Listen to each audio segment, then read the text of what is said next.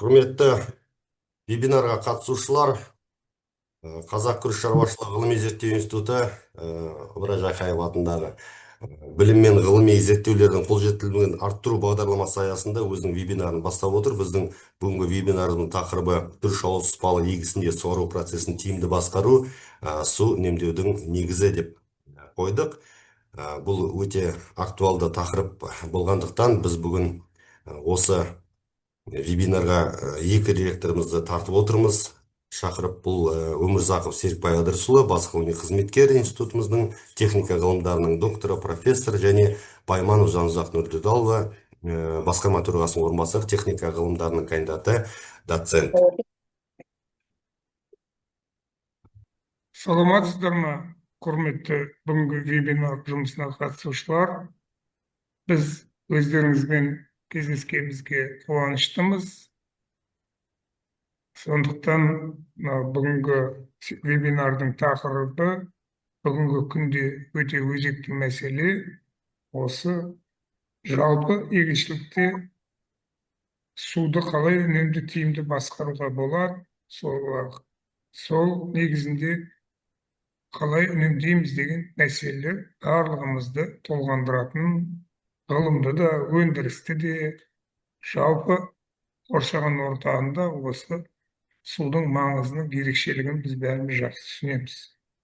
Сондықтан мынау бірінші слайдты жіберсек, бүгінгі тақырыпта әдейі енді бүгінгі таңда осы Қызылорда өңірінде күріш ауыспалы егістерінде суды суару процесін тиімді басқару, су үнемдеудің негізі деп аталуының өзінде де үлкен мән бар. Сіздерге жақсы естіліп тұр ма? Самат, слайдты Слайдты қазір шығарып жатырмын. Не, жақсы естіліп тұр. Серікбай Адырсұлы қазір шығарды қазір. Слайдсыз дұрыс болмайтын шығар. Дегенмен биылғы жылы біздің өңірде су тапшылығы айқын сезілді. Оны өздеріңіз де жақсы білесіздер. Шаруалар біраз зардап шекті. Енді алынатын өнім төмендеп, экономикалық зияндықтарды, финанстық зияндықтарды кезігіп отыр. Сондықтан су мәселесінде үлкен проблемалар бар. Енді өздеріңіз білесіздер, еліміздің ауыл шаруашылығы жалпы экономиканың маңызды аса жоғары жетекші бағыт және азық-түлік қауіпсіздігінің беріктігін қалыптастыру осы ауыл шаруашылығының негізгі мақсаты болып табылады. Оның ішінде жалпы мәліметтерге қарағанда бүгінгі күні мемлекетімізде қабылданған бағдарламаларға сәйкес 2030 жылға дейін суармалы егістік ауданын 2,5 миллион гектарға жеткізу көзделіп отыр. Ал бүгінгі күні дерек көздерінің мәліметінше елімізде где-то сол 1,9 миллион гектарға дейін суармалы егіншілік бар.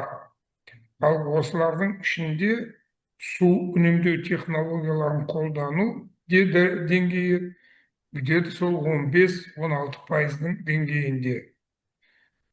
Соған қарамастан суармалы егіншілік ауданы барлық егіншілік ауданының барлығы 7% құраса, ал алынатын жалпы өнімнің 40% береді.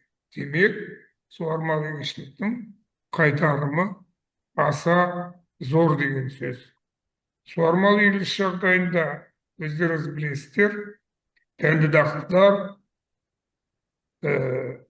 майлы дақылдар, көкөніс, бақша және картоп, техникалық дақылдардың біршамасы осы суармалы егіншілік жағдайында өседі. Ал біздің Қызылорда облысында жалпы барлық егіншілік 100% суармалы жағдайға негізделген. Себебі біздің аймақта өздеріңізге белгілі жауын-шашын өсімдіктің суару, су қажеттілігін өтеудегі абсолютті түрде өте есепке алмайтын жағдайда. Сондықтан тек қана суармалы жағдайда ғана өнім алуға болады.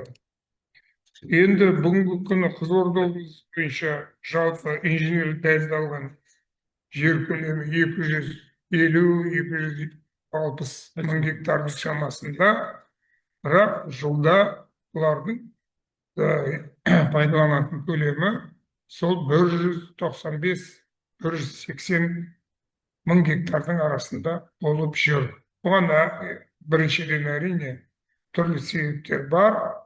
Алайда атап өтуіміз керек, соңғы кезеңдерде осы жерге деген егіншіліктің өнімдеріне деген сұраныстың күшеюінен көптеген жаңа жерлерді ашып, оңтайландырып, сол суармалы егіншілік, оның ішінде күріш өсіруге қосуда.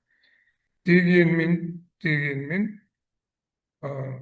жалпы осы егіншіліктің көлемі тікелей су жетімділігіне, сумен қамтамасыздығына байланысты. Жалпы бүгінгі күндегі белгілі жағдай, единственный источник трансграничной река Сырдария жылдан жылға өзінің су қорларын азайтып, пайдалану проблемаларын тудыруда. Сондықтан біздің кей кезде енді қажеттілікке байланысты шаруаларымыз, ғалымдардың, гидрометеорологиялық службаның, акиматтың осындай ескертулеріне қарамастан, көре барармыз тәуекел деген тәуекелшілікпен кейбір ескермей егіп, артынан опық жеп қалып жатқан жағдайлары бар. Сондықтан ғылым мен практикаға әлемдік аренада қалыптасқан жағдайды ескере отырып егіншілікті жүргізу бүгінгі күннің ең басты қажеттіліктері деп біз білеміз, және соны әріптестерімізге жеткізгіміз келеді. Жалпы осы ғылыммен ұштаса жүргізілген дүниелер өзінің толық нәтижесін беретінін білеміз. Соңғы жылдары осы су пайдалануда, даже біздің өзіміз көршілес Түркістан облысының егіншілері де жалпы осы су саласындағы мамандар барлығын күріштен көретін сияқты. Судың жетіспеушілігі, осындай қалыптасқан жағдай. Жалпы айта кетуіміз керек, осы бізде где-то 2,7–3,5 миллиардтай су кетеді екен вегетациялық кезеңде. Ал біздің Қазақстанның қоры осы алатын үлесі 12 миллиардтың үстінде. Демек, бұл біздің күріш 1/3 құрамайды. Сосын біз мынаны айтып өтуіміз керек. Осы күріш нормасымен, жаңа күріштің арқасында күрмек су ішеді деген қазақтың мақалы бар. Бірақ мен айтар едім, күріштің арқасында Қызылорда облысында басқа дақылдардың барлығы су ішеді. Өйткені егіншілік біздің мынау осы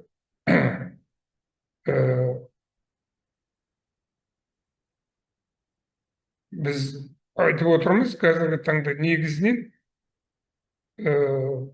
күріш суару жүйесінде орналасқан. Жүгерісі болсын, бидайы болсын, арпасы болсын. Енді екінші культура күріш ауыспалы егістігінде жоңышқа. Жоңышқаның көлемі где-то былтырғы және жаңа жоңышқамен где-то 60 мың гектардың үстінде жерге сондай жоңышқа егіледі. То есть практически вторая культура в рисовом обороте – это люцерна. Прекрасно вы знаете, это огромная такая культура, имеющая кормовое значение. Потом улучшает почвенно-мелиоративное состояние после риса, тем самым создавая более-менее благоприятные условия для возделывания или вегетирования других культур. Теперь, енді бүгінгі күні екінші слайдта шын жерге келесі Самат. Самат, келесі слайдын ал. Бірден өтіп кетпіз, онан кейінірек келеді. Қазір мына застревать. Слайдтың нелері застыл, да. Мынау енді слайд алдарыңызға шығып қалды. Біздің суармалы массив бір жағынан сосредоточено Сырдария өзенінің аңғарында, мынау біздің Тугускенский массив орошения, Яногурган-Щелинский массив орошения, правобережный, левобережный, Кызылординский массив орошения, және ең соңында оң жағы, сол жағы Казалинский массив орошения бар. Өздеріңіз көріп тұрғандай, осы жердегі барлық су Сырдария өзені негізгі источник, ал каналдар жүйесі, коллекторлы дрендік жүйе өте, шынын айту керек, кең тараған, қамтамасыз етілген, одақ кезінде үлкен жақсы есептермен салынған. Бірақ енді көп жылдардан бері бұл суару массивтері капитальный реконструкция, қайта құру жұмыстары жүргізілмейді. Оған өздеріңіз білесіздер, көптеген оның керегі жоқ. Сондай жаңа тұра берсін. Сол үлкен мәселе қазіргі таңда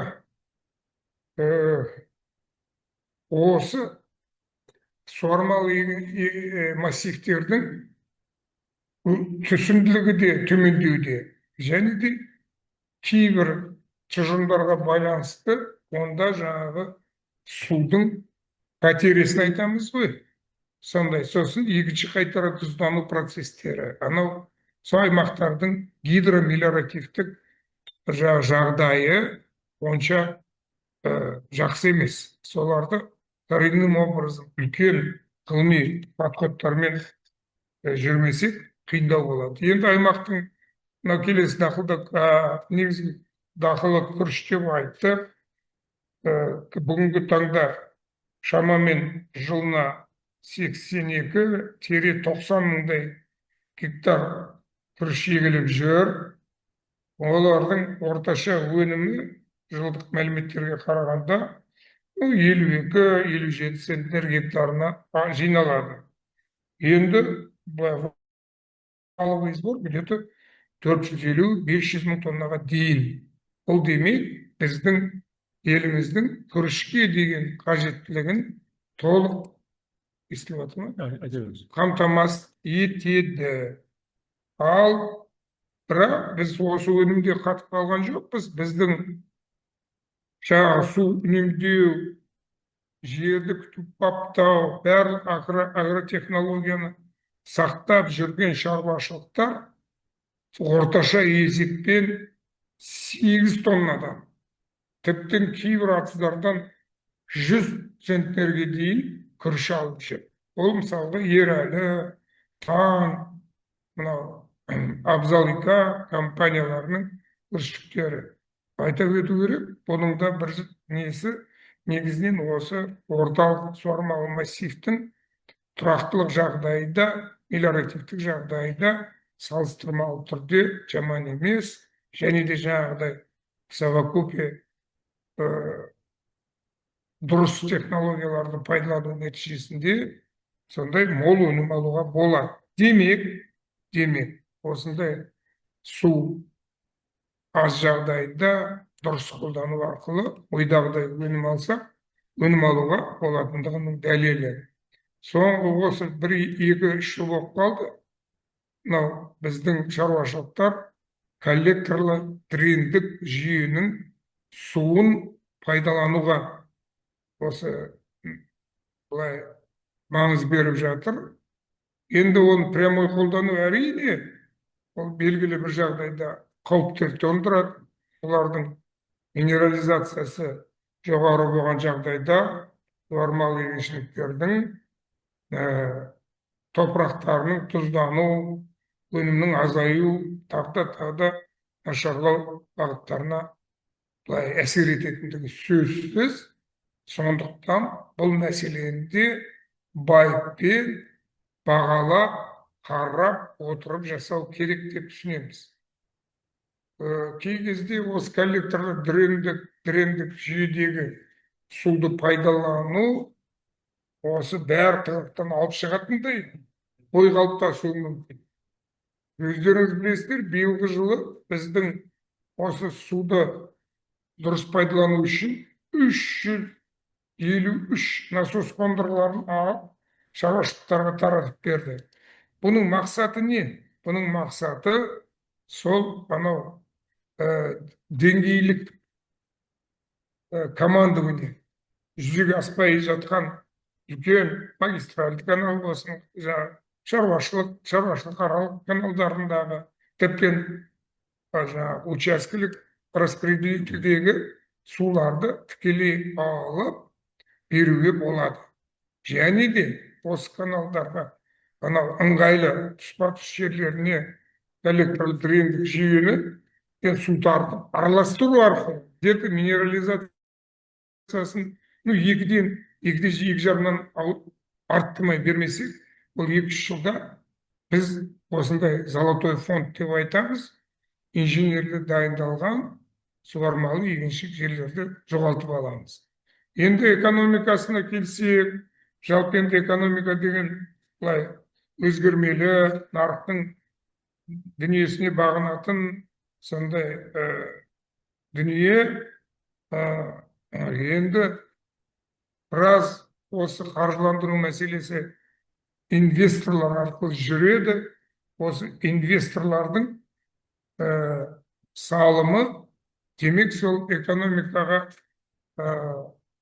өздерінің қалай енді тиімділіктерін бағалағасын жасайтын шығар. Енді где-то бұрынғы кезеңдерде 40-45 центнер өнім алса, күріш өндірісі жақсы қайтарымды деп есептелінетін.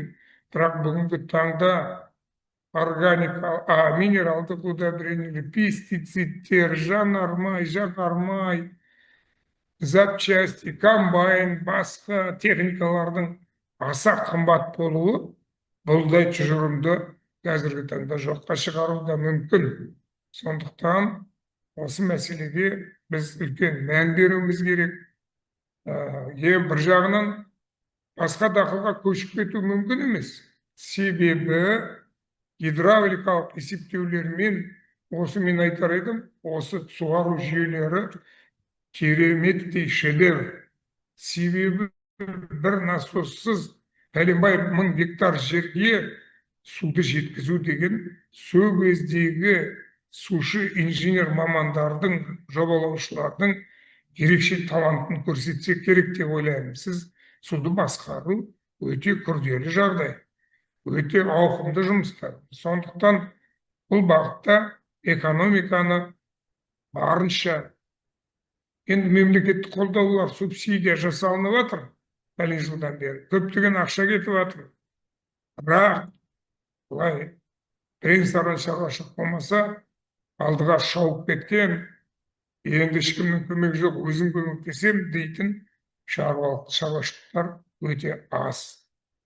Мен ойлаймын, осы мысалға қазіргі таңда біздің кереметтей территориясы бар аграрлық бағыттағы елде бір хотя бы жегетін соқа, тырма, сондай обработка жасайтын, бүркетін, шашатын, ойпырмай сондай бір дүниенің шықпауы біздің қатты ойландыратын дүние. Кеше Жапонияға барып келдік. Жапонияда осындай кішкентай ғана ел, не керек, қолына қандай техника керек, бәрі малый болсын, селекционный болсын, габаритный техника болсын. Біздің мемлекетіміз субсидиямен, ол субсидия бүгін бар, ертең жоқ. Мен айтар едім, қалайда мемлекет есебінен сондай комбайндарыңды, жаткілеріңді бәрін алып бер шаруаларға. Бірақ олардың жекесі қылмай бақылауда назначениесімен пайдалануды қамтамасыз етсе, меніңше ауыл шаруашылық басқармалары арқылы міне дұрыс болар еді деп ойлаймын. Енді аймақтың күріш суару жүйесі негізінен Краснодар типті карталардан құралған. Өздеріңіз көріп отырсыздар, осы біздің где-то 80-90%-ымызды құрайды. Бұл карталар көп жылдар бәрі жұмыс істеп келе жатыр.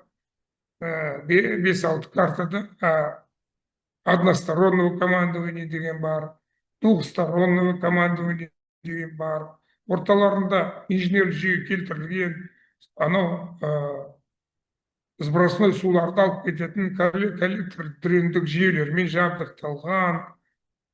Енді шынын айту керек, осы карталардағы анау гидротехникалық құрылымдар әбден тозды, жойылды, ұрланды, жырланды. Сонымен тіптен мен сіздерге айтайын, мысалға бір картаның бойында 5 чек болса, онда 10 5 водовыпуск, 5 водоспуск бар. Қашықтыққа жібереді. Сонда 10-ның бәрін 20 гектар жер ғой. Қаппен жауып, қаппен жүріп, қалайша суды үнемдейміз? Қайдағы біздегі цифровизация, искусственный интеллект? Біз қарапайым, біздің институт водный институтпен бірігіп жасалған біздің жаңағы су бергіш, су шығарғыш құрылғыларымызды тиімді өте. Мысалға бүгінгі таңда бір сушы қанша гектар жерді обслужить етіп жүр? Ол да үлкен вопрос. Және де ол қаппен жауып ашқасын қандай бір жаңағы қажетті режим орошениені сақтайды. Міне өздеріңіз көріп отырсыздар, мына осы біздің даже мына жерде суды есепке де алуға болады. Қарапайым калькулятордың көмегімен. Но біз айтып өтуіміз керек, бұл жерде ол кішкене қымбатқа түседі. Ал енді есепке алмай, суды бөлуді автоматтандыру қарапайым. Где-то сол 20-25 мыңның деңгейінде бұл мәселе шешіледі. Бұл қондырғыны серпеді сол 1-2 адысқа қоюға болады да, қалғандарын жалпы есепке қалғандарын. Мысалға, дұрыс айтасыз, водохозяйственный подхоздардың, пожалуйста, договорға отырғанда нақты есептерді осымен шығарыңыз. Демек, өкінішке орай, қазір сіздер жақсы білесіздер, монополиялық подход шаруаларға растительный нормамен көлемді көбейтеді да, судың көлемін шығарып береді, бірақ фактически ондай су алынбауы да мүмкін, тіптен онан артық алынуы да мүмкін. Сондықтан екі жақта осындай суды есептеуге мүдделі болу керек. Енді бұның шешу жолдары қалай дегенде, техникалық орындалу жағдайы өте қарапайым, жәке өзің білесің.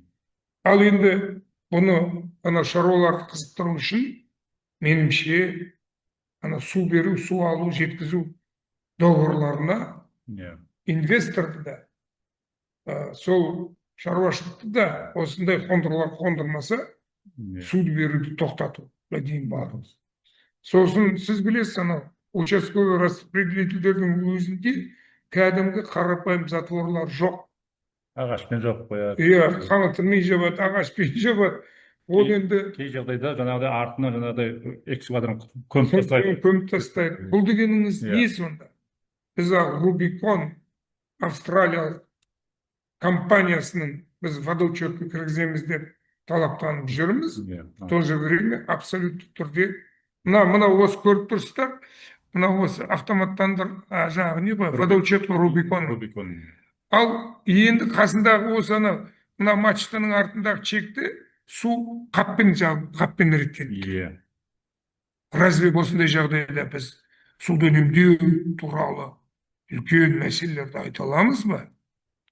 Ойланатын жағдай. Дұрыс серпеді, осы қазіргі жағдайда осы үлкен магистралды каналдарда учет бар да, бірақ негізгі затратылар осы чектерде ғой. Сондықтан осы күріш атыстарында, карталық арасетілерде осы су өлшеу құрылғыларын қою. Өте дұрыс айтасыз, келісемін. Енді жаңағы бұрын деген өздеріңіз білесіздер, мен память не изменяет, где-то 353 па ауыспалы егістік бар тұрмыз. Оның 256-сы күріш ауыспалы егістің қалғандары жаңағы. Овощ бақша, бірдеме кормовой. Қазіргі таңда солардың саны күріш ауыспалы егістігіне ауысқан. Енді онда вынужденное положение. Енді мынау карта Краснодарский типаның мынау жерді пайдалану коэффициенті төмендейді да, өйткені жобасын. Иә. Сосын мынау техникалардың, қазіргі өнімді техникалардың Маневр. жұмыс істеуіне, маневрысына да кедергі келтіреді. Мынау чек, карта, чек атысаралық валиктерден өткенде, өзіңіз білесіздер, кім айналысып жүр, біздің КАЗ-150 па, тракторлеріміз Иә. белі кетеді. Иә. Өйткені бесконечный ырғу асу, ол енді ондай условияға эксплуатацияға жаралмаған. Сондықтан бұнда да ойланатын жағдайлар бар. Может, кейбір чектердің бұл енді біріншіден тегістікті қамтамасыз етіп, суды реттеуге ыңғайлап жасалған ғой. Ал егерде біз осының чектерді карта чек широкого фронта затопления деген екінші тип. Бұл екінші типте ол жерде картаның бір карта бір чек рөлін атқарады да. Оның да бірақ кішкене суды реттеуге коллектормен су беру жүйесі біріктірілген. Келеді, кетеді, тартады. Ол кезде барлығы жаңағыдай я құрылғы жоқ, я затворың жоқ, я басқаң жоқ. Ол да өз функциясын толық орындамайды. Сондықтан осы бағыттарда біз жұмыс жасауымыз керек. Екінші, енді біз көп жағдайда неге күріш өнімінен төмен аламыз деген, әр жерде неге бірдей шықпайды деген мәселе туындайды. Енді күріш өнімінің төмен болуына әсер ететін факторлар, ол енді мысалға мынада өте керемет көрсетілген процентпен. Мысалға айтайық, осы көктеу, түптену, түтіктену, масақтан пайда болу, пісіп жетілу процестерінде мынадай, мысалға айтайық, атызды дұрыс тегістемеу, себу және тұқым себу мөлшерінің дұрыс болмауы, 25%-ға бұзылуы 25%-ға әсер етеді екен. Төмендетеді. Сондықтан біз қақсап жүргеніміз мынау жеке лазерлік тегістеуді мемлекеттік деңгейде субсидиялап, осылардың бәріне қолжетімді қылсақ, міне біз сол ауыспа суармалы егіншілікті қалыптасқан жағдайға бейімдеу деген осыдан шығады. Сонда бастапқы этапта бұл қалай деп айтасыз ғой, жер тегіс емес, бір жер тұншығып атады, бір жері ашылып атады, оған жаңағы соли подтягивается, мынадай 25% жүзеге аспай қалады. Сонда сепкен тұқымыңның 25% жоқ деген сөз. Әрі қарай түптену кезеңінде де осы жоспарланған тыңайтқышты дұрыс бермеу, гербицидті беру технология, гербицидпен обработка ғой, беру деген емес, технологияларын бұзу осы түптену кезінде 35%-ға дейін өнімнің төмендеуіне әсер етеді екен. Енді түптену масақтануда азот тыңайтқыштарын беру кезіндегі қателіктер дейді. Мөлшері және уақыты. Бұл енді өте сложный штука. Себебі біздің өңірде жел болады, бірдеме болады, осыны беретін қондырғылар жетіспейді, самолеті бар, дрондары бар, дельтапланы бар. Бірақ енді соңғы жылдары осы дельта-ай агродрондар жақсы қолданылып жатыр. Сол кезде бұл мыналардың тыңайтқыштардың нақты берілуін, гербицидтердің сол жақсы себілуін, басқа жаққа шашылмауын үлкен әсер етеді. Бұған да сол 15%-ға дейін әсерін тигізеді екен. Мынау енді қазіргі таңда пісіп келе жатқан кезде ауызға түсе жатқан перикулероз, басқа да зақымдану процестері жүреді екен да, азоттың, микроэлементтердің жетіспеуі салдарынан. Ол да сол 25%-ға дейін өзінің әсерін тигізеді. Сондықтан, құрметті әріптестер, құрметті біздің достарымыз, осы мен өзім білем, шамамен қанша бере саламыз, үйтем-бүйтем дегендердің барлығы деньги на ветер деген болып шығады. Оның последствиясы. Жәке, бір-екі ауыз. Енді осы жерде жаңа айттыңыз ғой, ең осы ауыл шаруашылық дақылдарының жалпы тек қана күріш, барлық дақылдардан біздің күріш жүйесінде атыздың тегістігіне байланысты ғой. Сондықтан осы мемлекет тарапынан осындай бірнеше жыл бұрын субсидиялау болған болатын. Оның ішінде кейінірек лазерлі тегістеуіш енгізілді. Бірақ алдағы жылдары талаптарында лазерлі тегістеуші субсидия беру үшін кемінде 200 гектар жер болатын болған. Соны біз өздеріңізбен бірге отырып, осында қаншама осы министрлікке, ауыл шаруашылық басқармаға айтқаннан кейін қазіргі кезде осы талапты алып тастап, қазір шаруаларға да жақсы болып отыр мінекей. Бұл да осы ғалымдардың ұсынысымен, осы министрліктен қолдап, қазір лазерлі тегістеуішті алам деген кісілер оның жеріне қарамайды. Ол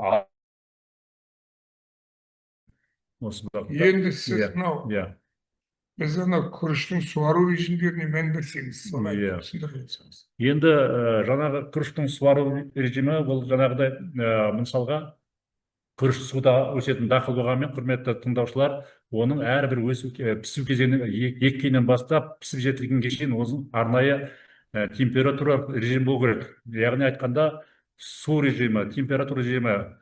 Мысалға күріш атыздарына, мысалы біздің жерлеріміз бірнеше суға басып бірнеше түрі бар. Ол түрлер жаңа топырақ тұздылығына байланысты болады. Егерде көп қатты тұзданған жерлерде, мінекей осындай А типтегі тәсілмен суарылады. Яғни тұзданған жерлерде, жаңағыдай тұзданған жерлерде арақідік су атызда толтырып, 2-3 рет суды толтырып алып, сол топырақ атыздарындағы тұздарын еріп, шаю арқылы топырақ тұздылығын азайтады. Ал тұзданбаған жерлерде, ол жерде сбросқа жібермейді, тек қана күріш атызына бергеннен кейін оны су бойынша сіңдіріп қойып, осы белгілі бір кезеңдерде қайтадан көтеріп отырады. Енді қазіргі кезде көп осы бұл бұрынғы талаптарда күріш атызында судың қабаты 20-25 сантиметрге шейін болатын болған кезінде. Ал қазіргі ол кездегі бұл неге олай болды? Себебі ол кездердегі қазіргідей гербицидтер, жаңағыдай арамшөптерге байланысты болған жоқ. Сондықтан бүгінгі күні осы институт ғалымдары осы күріш атыздарының күріштің суару режимін қайта қарау, қайта негіздеу бағытында жұмыстар жүргізіліп жатыр. Атап айтқанда, осы соңғы жылдары біздің институт ғалымдары күріш атыздарын тегістегеннен кейін оның атыздағы судың қабатын бәр жағы 5-10 сантиметрден асырмай осы жақсы өнім алуға болатынын біз түсініп отырмыз. Енді жалпы біздерде тек қана күріш емес, күріш жүйесіндегі басқа да дақылдар бар. Жоңышқа, бидай, жүгері, қант майы, және осы кейінгі жылдары осы әлеуметтік жағдайға байланысты енді бұрынғы мал азықтық көкөніс бақша ауыспалы егістері жоқ қой. Сондықтан осы жүйенің ішінде белгілі бір кезеңде ол дұрыс болмаса да осы көкөніс бақша, картоп, басқа дақылдар егіп жатыр ғой. Сондықтан осы жағдайда суарудың әртүрлі технология әдістері бар. Майда жаңбырлатып, жер бетімен қар атыздап суару, тамшылатып суару сияқты мінекей. Бірақ бұл тәсілдерді бүгінгі күні жаппай, мысалға соңғы кезде әлемде қалыптасып отырған, мысалға шығыс елдерінде күрішті тамшылатып суару жүйесін бар деп, осы біздің өңірге де осы тамшылатып суару енді неге берілмейді деген сұрақтар туындауда. Енді ол жүйемен Серік Петрос өзіңіз айттыңыз, ол жерлердегі егістік алқаптарының құрылымы бөлек. Біздердегі мысалға қармақшы болсын, қазалы болсын, жаңарған болсын, ол үлкен алқаптар, оларға каналдар арқылы бар, магистрат каналдар арқылы бар. Сосын атыздарға бөлінген, карталарға бөлінген, олардың арасында бір поле мына жақта болса, екінші поле ортасында шамалы бос жерлері бар. Бір поле, яғни әрбір атыздарға, әрбір танаптарға насос қондырғылар керек. Олар насос жұмыс жасау үшін электр энергиясы керек. Оны осындай қиындықтар бар. Сондықтан осы тәсілдерді, мысалға тамшылатып суару жүйесін біз енді зерттеп көрдік, ол болмайды емес, болады, бірақ жаңағыдай экономикалық тұрғыдан тиімсіз болады деп айтып отырмыз мысалға. Жанзақ, сенің осы жерде мен сөзіңді толықтыра кетейін. Біз 1915 жылдары осы біздің институттың алаңында тамшылатып суару барлық, бірақ айта өту керек, ондай жаңағы толық өнімді, сапалы өнімді түзу, оның максималды потенциалды урожайын алу Иә. өте тәуекелді. Сонан кейін айтып кетуіміз керек, бұл қымбат жүйе. Иә. Екіншіден, біз жаңағы айтқандай, мысалға, оның анау давлениесін бәрін ұстап тұру үшін үздіксіз біздің насос жүйесі барлығы жұмыс істеп тұру керек. Онан кейін біздің ең тағы бір ерекше жағдай, ол тұз өте көтеріліп, жақындап, сондай қиын жағдайға ұшырайды. Бірақ жаңағыдай аса бағалы қажетті сорттардың бастап безрисковый бастапқы құнын алу үшін немесе селекциялық бағыттарда бұл тамшылатып суаруды қолдануға болады. Бірақ с какой ценой деген үлкен сұрақ туындайды. Жаңа өзің жақсы айтып кеттің, біз бұның судың күріштің биологиялық ерекшеліктеріне байланысты ондай көп мөлшерде судың қажеттілігі жоқ. Қасында дәу канал ағып жатады, оның жетегіндегі жерді біз тамшылатып суарып, су үнемдеу технологиясын қолданып жатырмыз дейді. Ол қалай сонда? Қасында қанша су ағып жатыр, келіп алып біз атақ үшін қолданып жатыр деген. Сол үнемдеуге жата ма? Сондықтан ол жерде өзінің бір каналы жоқ, жаңа жер, топырақ жағдайы келісетін, скважинамен бәрдемен су көзін алып, солнечный электроэнергиямен біз пайдалансақ, ол енді гәп басқада. Енді өздеріңіз білесіздер, таза су қоры жылдан жылға азаюда. Негізгі себебі антропогендік жүктеменің көп мөлшерде болуы және үнемдеу әдістерінің баяу енгізілуі.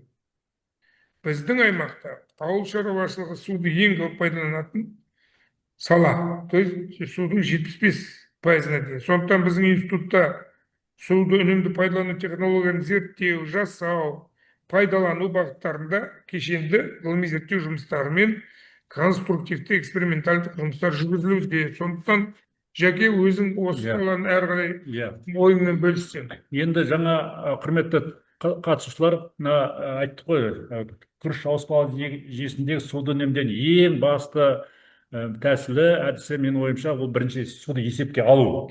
Суды есепке алу. Есепсіз дүние жоқ. Есептеу арқылы, магистралды канал болсын, күріш астары болсын, сол жерде есеп болу керек картаға. Екінші тәсіл екіншісі жаңағыдай атыздардың тегіс болуы.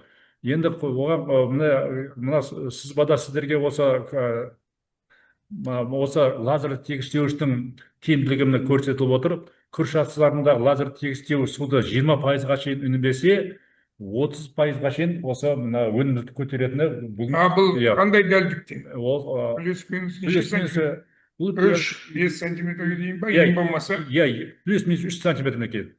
Плюс-минус 3 сантиметр болған жағдай. Сонда 20%-ға дейін суды үнемдейміз. 30%-ға шейін өнімділік артады. Енді бұл екінші мәселе, жаңа жоғарыда айтылды, есепке алу Рубикон, осыған тәктес біздер жұмыс жоқ. Жәке, мен сосын тегістеу арқылы биоклиматтық потенциалды біз пайдаланамыз. Үлкен мүмкіншілік туады. Су тез жылайды, өскіндер 3 күнде өсіп шығады.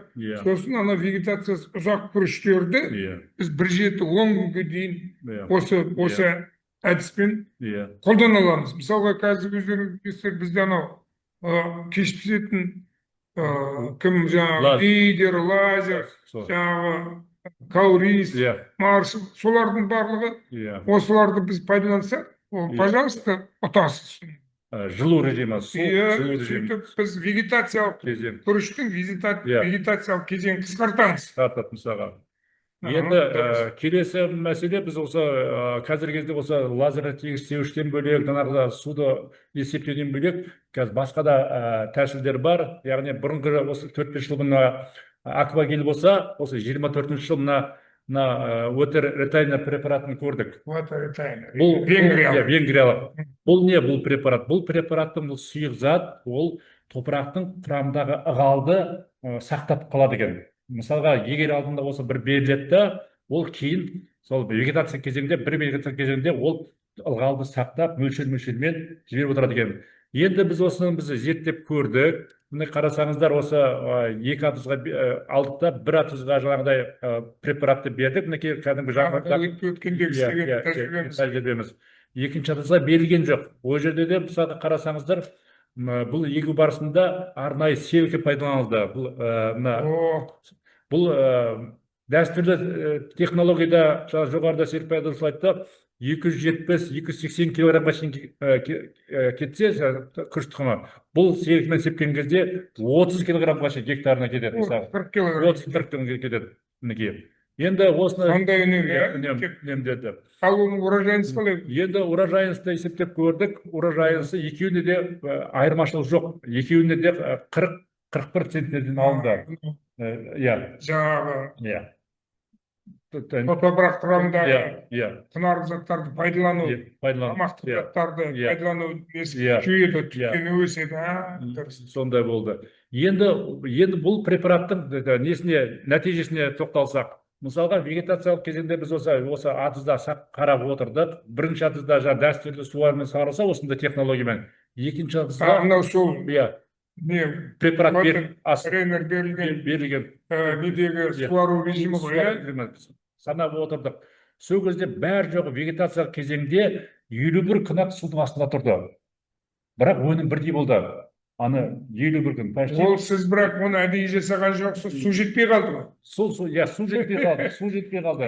Яғни ол соған қарамай, мысалғадай, ол толық пісіп үлгірді. Яғни бұл препараттың тиімділігі. Анау жалпы судан түсірілген сурет қайда? Бар ма? Бұл жерде болмай тұр, ол мысалға осы вегетация кезеңінде ортасында жүріп, осы ауыл шаруашылық басқармасында, осы жаңағы Жаңаөрханнан да, осы басқа да ауданның осы шаруашылық басшылары келіп көріп, оларға бұл көрген болатын. Сондықтан осы суды үнемдеуде ең бірінші есепке алу, мінекей, өзіңіз, міне. Құрметті әріптестер, назар аударуларыңызға болады. Презентация деңгейінде даярланған. Жалпы бұның барлығы анау былай қолдан өзіміздің тәжірибемізден зерттеп өткізген дүниелерді айтып отырмыз. Жәке.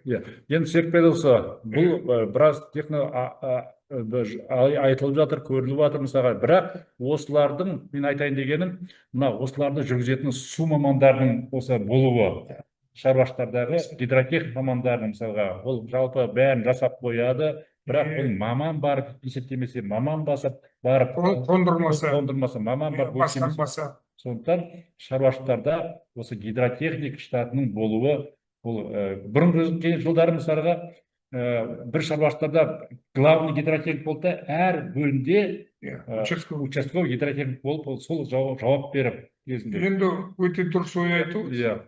Осыған байланысты бір қосымша айтып кетейік. Біздің қазір аудандық учаскелік филиалдардың осы суды басқаруға, есептеуге, жаңағы өзің айтып отқан есепке учет жасауға қажетті құрал саймандары өте ескі, баяғы жаңағы вертушкалар 19 20 69 жылы и так далее.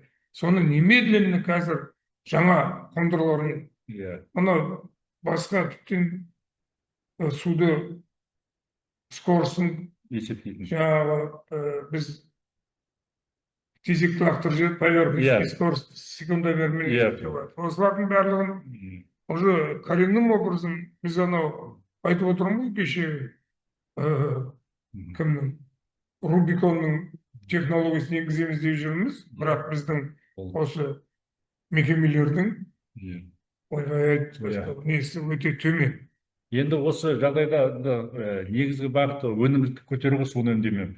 Мен топырақтың құнарлылығына байланысты. Мінекей өзіңіз білесіз, осы қазір тыңайтқыштар өте қымбат, минерал тыңайтқыштар алу қиын. Сондықтан қолда бар жаңағыдай биылғы жылға біздер Серік Пайдолов өзіңіздің басымыңызбен жаңағы біз енді жоңышқаны аламыз да 3 жылдан кейін оны айдап тастаймыз, ол сол бойынша көк күңгек бойында қалады, оны айдаған кезде тырмалап сыртқа шығарып тастап тамырдан өртейміз мысалға ше. Ол жаңағыдай шірігілмейді. Сондықтан осы құрметті семинар қатысушылар, биылғы жылы осы институтта сол эксперимент жасадық. Оның қазір топыраққа әсерінен, яғни жаңа жоңышқаның, мияның тамырларын алып, оны ұнтап, арнайы жаңағыдай майдалап, оны топыраққа беріп көрдік. Сол кезде тиімділігі мінекей. Оны да мысалға осы биылғы жылғы нәтижесін бері алып, өздеріңізге осы ұсынатын боламыз келесі семинарларда. Өте дұрыс айтасыз, өйткені топырақ құнарлығы біздің болашақ ұрпаққа қалдыратын мәңгілік мұрамыз деп білеміз жеке. Себебі бұл органика ғой. Ана жаңағыдай минералдық қашпек ол топырақтың мысалға сол мезетте өнімі көтергенмен сылақтарын қалдырып топыраққа. Енді мынау бізде тұздану процесі өте қатты жүреді ғой. Мына біздің Қаратау қойнауында доломитті минералдар бар, өте көп. Сол біз қазір сол доломитті осы тұзданған топырақтарды игеруге пайдалану жөнінде үлкен эксперимент жасап жатырмыз. Оның алды уже түрлі мөлшердегі деңгейде берді.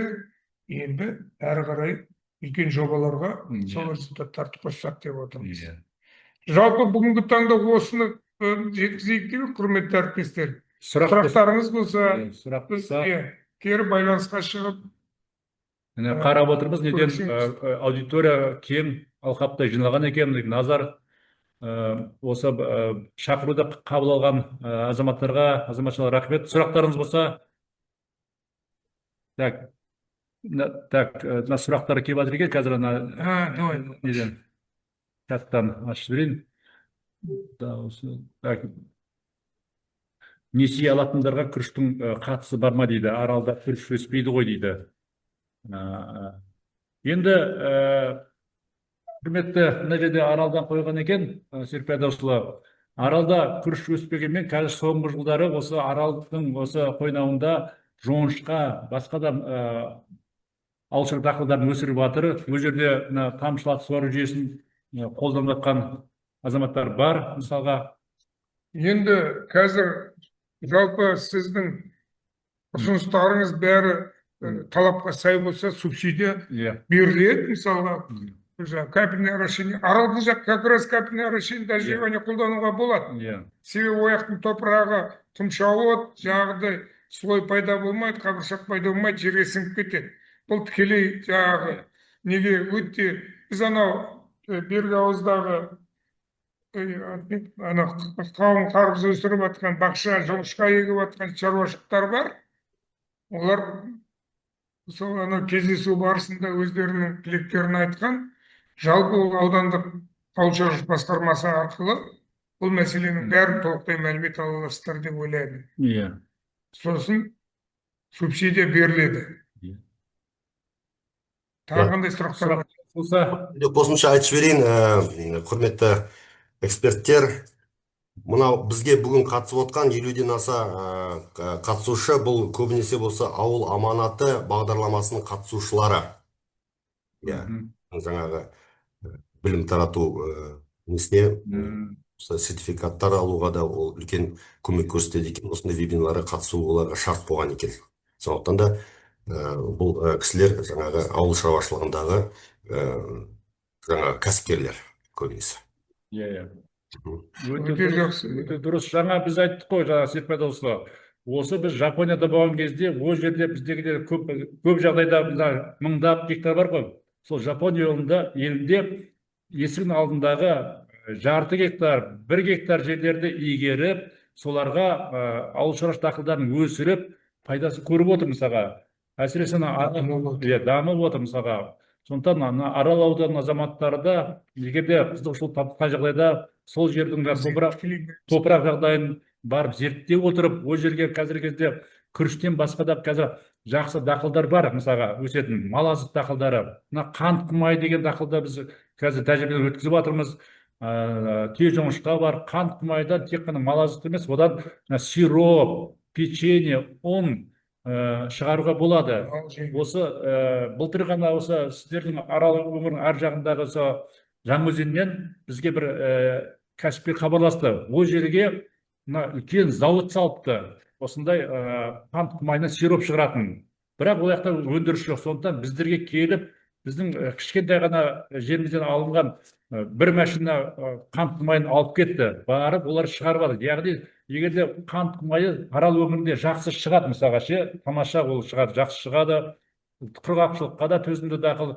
Егер де жақсылап ексеңіздер, әр маңғыстау Жаңаөзен сіздерге жақын, солармен байланыс жасап, сол жарға өткізуге де болады мысалға. Сол үшін Өзі жеке осы қызық парадокс, осы бізде мысалы қызылша тұзданған жерлерде қызылшаның шыққаны және оның тәттілігі де басқа қант мынау құмайы. отырған елден Иә, қызылша, қант қызылша. одан да жоғары көрінеді. Деген Иә. сол өте. Міне Аралдан тағы да бір Исаев Жанболат деген азамат хабарласып отыр. Арал ауданында келешек жүзім бағын қолға алғым келеді дейді. Біршама көкөніс өз ауданымызда өсіп шығады дегенмен сенім мол. Деген сенім мол дейді. Сәті түссе сіздерден қолдау болады деген сенімдеміз дейді. Вот қазір біз өткен жолы біздің Қызылордада қазір жүзімді жақсы бағып жатыр, Абай Дәулет. Біз ана Ташкентте де болдық. Біз Ташкентте де үлкен жерлер бар ғой. Топырақ тұзды алқаптар да бар. Ол жақта да жүзім, басқа да дақылда ағаш екпелерін егіп қойған мүмкін. Жалпы жүзім дақылы тұзды топырақтарды жақсы көтереді. Біздің Қызылорда облысының күн сәулесінің спекторлары, жаңағы кім, Самат, сен айтып жатсың қызылшаның. Сол тәттілік түзілуіне сол күн сәулесінің спекторлары үлкен әсер етеді біздің аймақта. Сондықтан анау жүгері, айбы, жүзім біздің Қызылорда облысы Жаңақорғаннан бастап Аралдың любой ауласында жүзім табасың әйтеуір. Сол красноречивый показатель, доказательство того, что жүзім жақсы өседі. Талабыңыз оң болсын. Жүзіміңіз. Осы кісіге айтарым, Серік Петросұлы, суға байланысты ғой. Көп жағдайда су тұзды. Бірақ біз кеше Жапонияға барғанда арнайы биология препараттарымен танысып келдік. Ол жаңағыдай судың сапасын жақсартумен қатар топырақтың да осы тұздылығын азайтады деген ақпараттар берді. Осы бағытта да сіздер бізбен хабарлассаңыздар. Енді оны алып жеткізу қиын ғой. Дегенмен жалпы қолжетімді технологиялар бар жаңағы. Сосын енді өзіңіз білесіздер, топырақтың құнарлы органикалық заттар, кәдімгі қарапайым көңнен бастап, үйде күнделікті жеген тағамдарды шіріту, микроорганизмдер, червяк, басқаларды вечный, тружненький, преобразующий почвообразовательный процесс. Сондай жүріп жатады. Сондықтан көптеген қарапайым да қымбат емес әдістер бар. Но біздің Самат бүкіл қатысушыларға біздің электронный почта бәріміз жеткілікті ғой, да? Жеткіземіз. Егер де осындай бір сұрақта кездесу қажет болып жатса, мынау көзбе-көз отырып кездескенге не жетсін?